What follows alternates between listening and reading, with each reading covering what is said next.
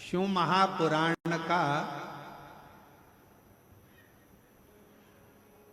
कौन सा श्लोक, कौन सा अक्षर, कौन सा मंत्र मैं जपूं?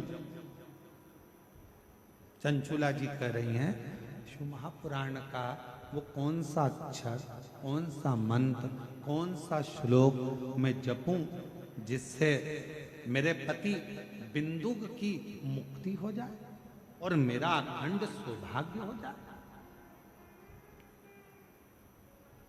मेरा पति बिंदुक प्रेत योनि में पड़ा हुआ है और प्रेत योनि में पड़े हुए मेरे पति की मुक्ति होना बड़ा कठिन है और मेरे वापिस मेरा सौभाग्य, मेरा सिंदूर अमर हो जाए। शिव महापुराण का वो कौन सा श्लोक, शिव महापुराण का वो कौन सा अक्षर, शिव महापुराण का वो कौन सा मंत्र मैं जपूं जिससे मेरा पति को मुक्ति मिले और मेरा अखंड सौभाग्य हो। तुम रुका जी मुस्कुरा कर कहे रही है चंचुला, शिव महापुराण की कथा ही मंत्र है, शिव महापुराण की कथा ही श्लोक है और शिव महापुराण की कथा ही अक्षर है और शिव महापुराण की कथा ही पार करने वाली नैया है। सुन लिया हो।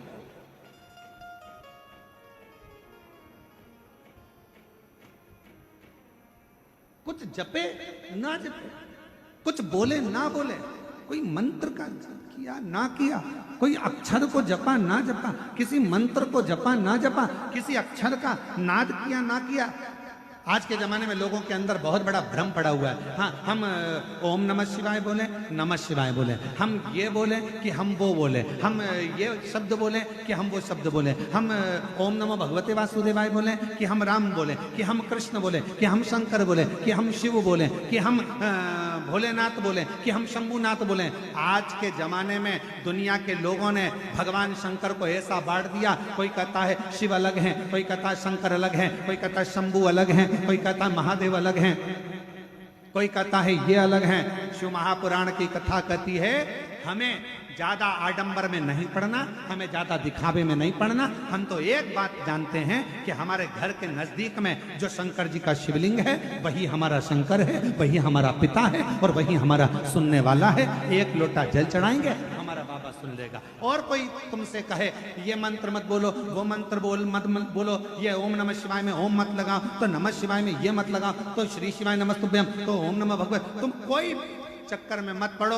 तुम्हारा दिल करे तो राम बोलो, तुम्हारा दिल करे तो कृष्ण बोलो, और तुम्हारा दिल करे तो शिव बोलो, और तुम्हारा दिल करे तो नमः शिवाय बोलो, तुम्हारा दिल करे तो ओम नमः शिवाय बोलो, और तुम्हारा दिल करे तो श्री शिवाय नमस्तुभ्यम बोलो, और तुम्हारा दिल करे तो ओम नमो भगवते वासुदेवाय बोलो। तुम्हारा दिल करना चाहिए, क्योंकि दिल तुम्हारा है, मन तुम्हारा है और महादेव तुम्हारा है। दिखावे से वो प्रसन्न नहीं,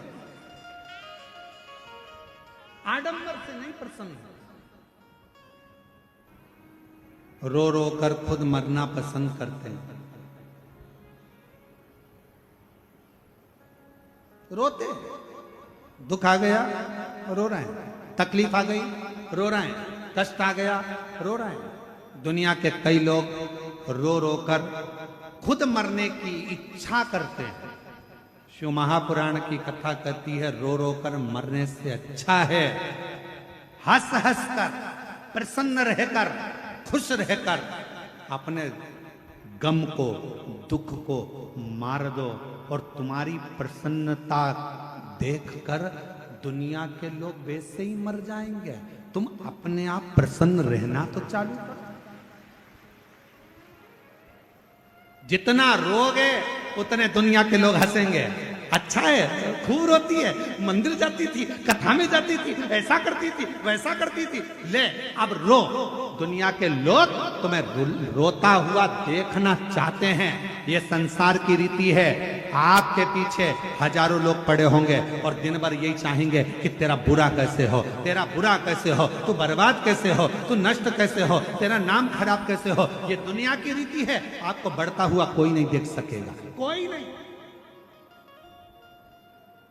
एक कुएं के अंदर इतने सारे मेंढक थे, इतने सारे मेंढक थे। मेंढक उछलते फिर गिर जाते, फिर उछलते फिर गिर जाते, फिर उछलते फिर गिर जाते। सारे मेंढकों ने प्रयास किया उछल उछल कर आगे बढ़ने का। उसी में एक मेंढक था, वो ऊपर चढ़ गया, बिल्कुल ऊपर पहुंच गया। तो बाकी के मेंढकों ने विचार करा कि आखिर ये ऊपर पहुंच कैसे गया। तो उस मेंढक से इंटरव्यू करा गया। बहुत सारे लोग आए, मेंढक से पूछा गया कि भाई तेरे साथ के सारे मेंढक बहुत प्रैक्टिस कर रहे थे, ऊपर नहीं पहुंच पाए, तू इतना ऊपर कैसे पहुंच गया। उस मेंढक ने कुछ नहीं बोला। तब उसके पड़ोसी ने बोला ये तो बहरा है, सुनता ही नहीं है, इसीलिए ऊपर पहुंच गया। क्योंकि जिसने अपने कानों को बंद कर लिया, दुनिया के लोग तो ताना देंगे, गाली देंगे, अपशब्द कहेंगे, टांग खींचेंगे, आड़ा टेढ़ा बोलेंगे। अगर आप बहरे बनकर बढ़ते चले जाओगे तो अपनी मंजिल तक पहुंच जाओगे। तो मेंढक ने इंटरव्यू में किसी ने कहा ये तो बहरा था इसलिए ऊपर पहुंच गया, बाकी के बहरे नहीं थे। कोई कुछ बोलता था नीचे खसक जाते थे, फिर कोई बोला फिर खसक जाते थे। इसलिए निवेदन है, उन्नति की सीढ़ी पर बढ़ना है, आगे चलना है तो बहरे बन जाओ मेंढक की तरह, तो तुम अपनी मंजिल तक किसी की ना सुनते हुए आगे बढ़ते चले जाओगे और तुम्हें तुम्हारी मंजिल प्राप्त हो। एक पत्र है, अच्छा है।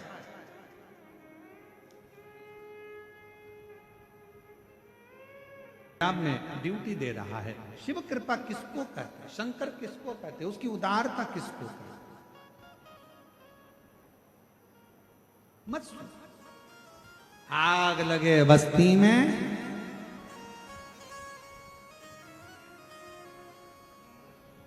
आप लोगों को बारिश की ठंड लग गई क्या? नहीं, आवाज नहीं आ रही है इसलिए। आग लगे बस्ती में क्या किसको रोइए, अलमस्त रहो, खुश रहो, पूर्ण भरोसे के साथ शिव पर आश्रित होकर, शिव पर आश्रित।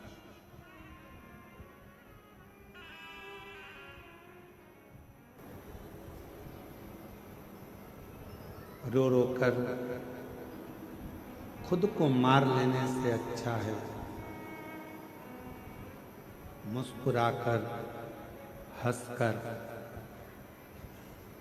अविरल भक्ति को धारण कर कर खुद के गम को, खुद के दुख को समाप्त कर।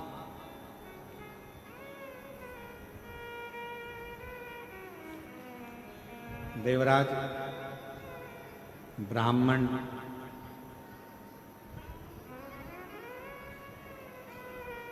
कुछ नहीं करा उसने,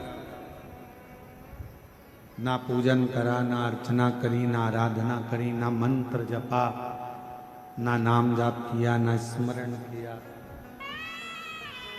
केवल एक काम किया और वह है शिव महापुराण की कथा श्रवण किया।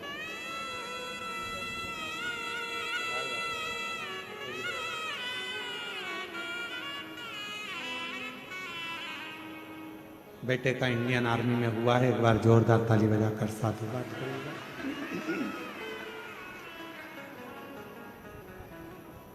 शिव महापुराण का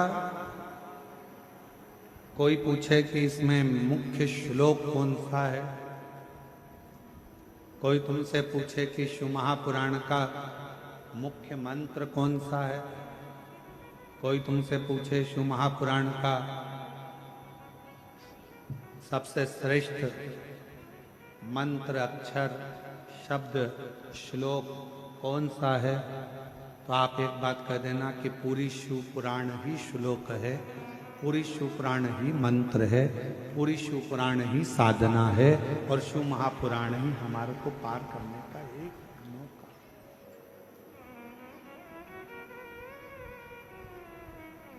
बस उसको सुनने वाला चाहिए, उसको श्रवण करने वाला चाहिए।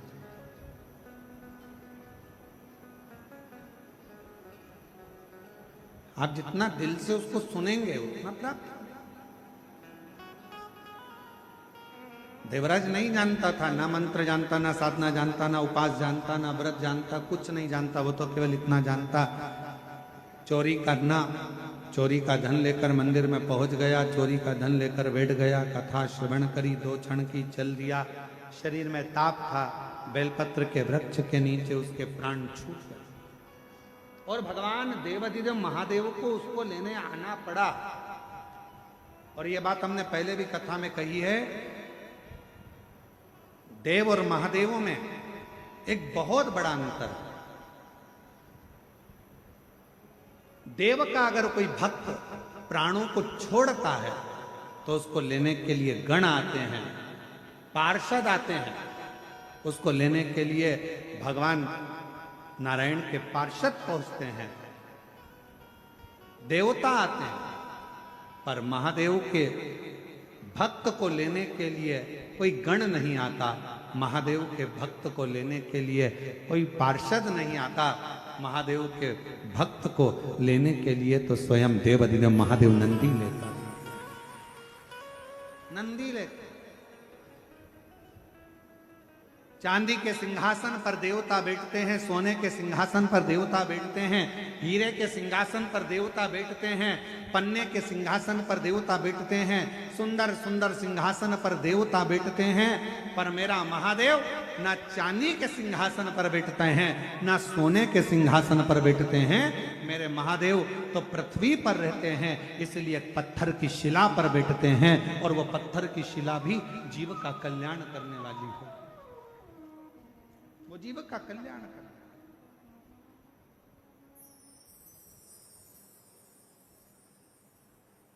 स्मरण आप उसका नाम जाप कर देखिए।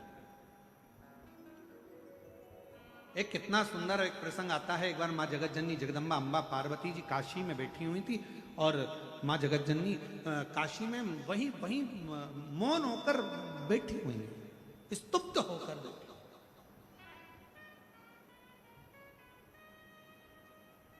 बाबा उनको ढूंढे, और भगवान शंकर कैलाश पे से ढूंढते ढूंढते ढूंढते ढूंढते माता पार्वती को ढूंढते ढूंढते पहुंच गए। सोमेश्वर गए, नागेश्वर गए, अवंतिकापुरी गए, सब दूर ढूंढा माँ पार्वती जी को, और पार्वती मैया वहां नहीं मिली। तब ढूंढते ढूंढते फिर भगवान शिव सीधे काशी में पहुंच गए।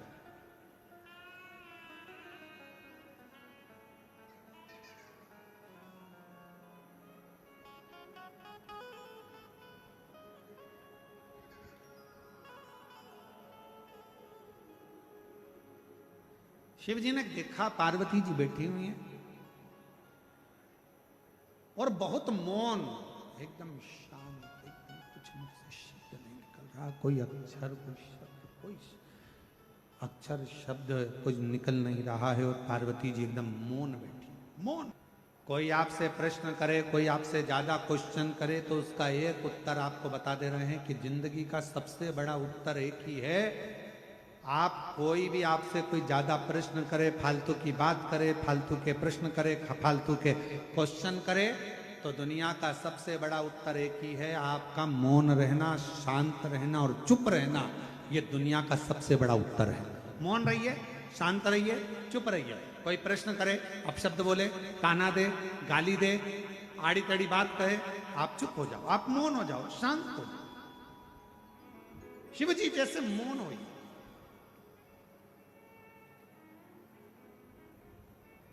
एक बहन जी ने एक पत्र लिखा है,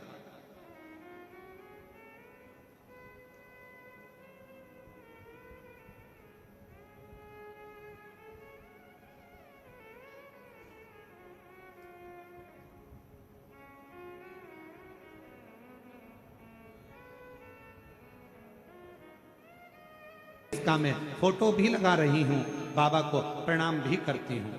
एक और फोटो लगाया है जिसमें उनके शरीर की पूरी बीमारी समाप्त हो गई, सोरायसिस रोग पूरा शरीर से चले गया। मैं बाबा को नमन करने के लिए आई हूं। एक लाइन अच्छी लिखी है, आप और हम गुनगुना लेते हैं। हमारा तेरी कृपा का क्या है भरोसा, कब किस पर हो जाए, जरा सी हम पर कर दो, जरा सी हम पर कर दो, जिस पर भी हो गई तेरी कृपा करुणा वो भव पार हुआ, भव पार हुआ। पापी हो चाहे जितना उसका भी बाबा उद्धार हुआ, उद्धार हुआ। गिद्ध अजामिल गणिका जैसे तेरे मन को भाए जरा से हम पर कर दो, जरा से हम पर कर दो। तेरी कृपा का क्या है भरोसा, कब किस पर हो जाए, जरा से हम पर कर दो, जरा से हम पर कर दो। आप शिव जी पे चढ़ा जल पी रहे हो, आप शंकर जी पे चढ़ी हुई बेलपत्र खा रहे हो, शिव जी से कह कर लो बाबा हमको औषधि दीजिए, बाबा शरीर में रोग हो गया है, बाबा हमारे रोग को मिटा दीजिए, बाबा शुगर हो गई, थायराइड हो गया, बीपी हो गया, कहीं कुछ हो गया, बाबा आप अच्छा कर दीजिए। आपकी औषधि के रूप में हमको बेलपत्र और जल, बेलपत्र जल दीजिए। बेलपत्र मत खाओ, शिव जी पे चढ़ा हुआ मत खाओ। शिव महापुराण की कथा कहती है किसी का भाग मत खाओ, ब्याज का पैसा मत खाओ, किसी का धन मत खाओ, मांस मत खाओ, गलत व्यसन मत करो, बाकी का शंकर जी का चढ़ा हुआ प्रसाद आराम से खाओ। गलत चीजें मत खाओ, गलत विचार मत लाओ, गलत सोच मत लाओ। तुम गलत तो नहीं खा रहे हो ना, मांसाहार तो नहीं कर रहे हो ना, गलत व्यसन तो नहीं कर रहे हो ना, तुम तो शिव जी को प्रसाद के रूप में बाबा आप औषधि दीजिए, मेरा रोग सही कर दीजिए, आप करुणा कर दीजिए। वो मांग कर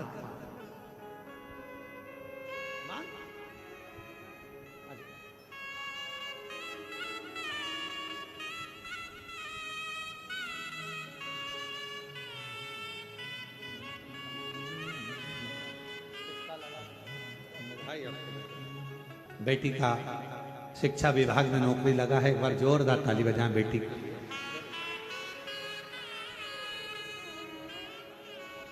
शिव शिव है, शंकर शंकर है, ओघड़ दानी ओघड़ दानी। गलत चीजें मत खाओ। शिव जी से अगर जल भी लाओ तो कह दो हमें औषधि दीजिए, बेलपत्र दो औषधि दीजिए। हे शिव आप महामृत्युंजय हो, मृत्यु को जीतने वाले हो, मृत्यु पर विजय प्राप्त करने वाले आप दीजिए, अमृत दीजिए, अमृत। बाबा से दिल से मांगो, दिल से प्रार्थना करो, दिल से निवेदन करो, दिल से विनय करो, दिल से विनती करो, दिल से निवेदन करोगे तो उसका फल आपको मिलेगा। क्यों?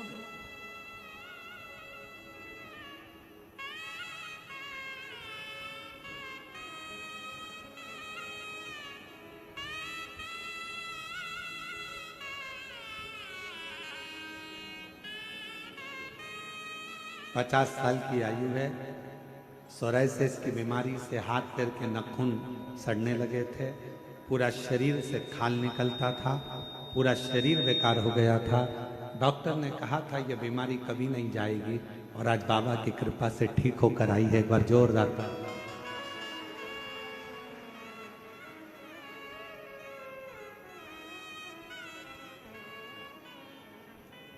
आप विश्वास, अब कोई इस बहन से पूछे कि कोई कह रहा हो कि जल मत पीना, कोई कह रहा हो कि भगवान शंकर पर चढ़ा हुआ बेलपत्र मत खाना, कोई इस बहन से पूछे जिसके पास करोड़ों रुपए खर्च करने के पैसे नहीं होते, जिसके पास बीमारी में लगाने के लिए धन नहीं होता, और अगर शंकर जी की कृपा से चढ़े हुए जल से बेलपत्र से मेरा महादेव अगर ऐसे अगर रोग को निवारण कर दे तो दुनिया की सारी खुशियां उस साधारण व्यक्ति को प्राप्त हो जाती है। साधारण कहना सरल है महाराज, बहुत सरल है कहना। और हमारा तो निवेदन है, जो कहते हैं ना किसी ऊपर चढ़ा हुआ बेलपत्र मत खाओ, जल मत खाओ, उनसे निवेदन है अगर तुम्हारी तबीयत खराब हो, बोलने वालों अगर तुम्हारा स्वास्थ्य खराब हो तो एक बार शिव जी पे चढ़ा हुआ जल अपनी पत्नी और अपने परिवार वालों से कहकर मंगवा कर पी कर देखना, तुम भी ठीक हो जाओगे, तुम भी स्वस्थ हो गए। क्योंकि मेरे महाबा को, मेरे महाकाल को, मेरे शंभू को, मेरे त्रिकालदर्शी कैलाशी विनाशी शिव को महामृत्युंजय कहा जाता है, जो मृत्यु पर विजय प्राप्त करता है, जिसके शरीर पर चढ़े हुए मसान की राख भी करोड़ों की धन बन जाती है। चपटी भभूत में है खजाना कुबेर का, जिस पे चढ़ी हुई भस्म भी रतन और आभूषण बन जाती है, जिसके गले में पड़ा हुआ सर्प भी सोने के आभूषण से भारी हो जाता है, जिसके मस्तक पर चढ़ी हुई गंगा भी जनमानस का कल्याण कर जाती है, वो शिव कोई साधारण नहीं हो सकता। और जो कहते हैं शिव पे चढ़ा मत पियो, तो उनसे कहना कि मरते समय गंगा जल भी मत पीना, क्योंकि वो भी तो शंकर की जटा से निकल के आ रहा है, चढ़ा हुआ है। शिव जी पे से तो चढ़ा है गंगा का जल, वो भी तो शंकर की जटा से निकला है।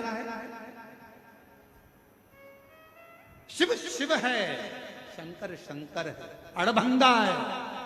तुम्हारा दिल करे तुम उस मंत्र को जपो, तुम्हारा दिल करे वैसे शिव को रिझाओ, तुम्हारा दिल करे वैसे शंकर को मनाओ। मेरा भोले बाबा आडंबर से नहीं, दिखावे से नहीं, तुम्हारे दिखावे और आडंबर से मेरा शिव कभी राजी नहीं होता। मेरा शंकर तो तुम्हारे हृदय की अलमस्तता से, आनंदता से राजी होता है।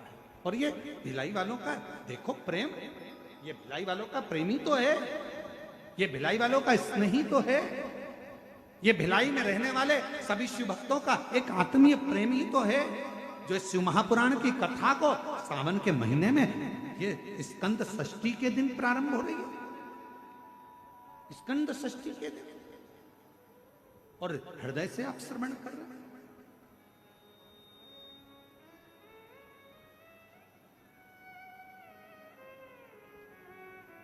दया सिंह जी, तुम भी पूर्व जन्म में हमारे शंकर भगवान के कोई ना कोई गण रहे हो, ये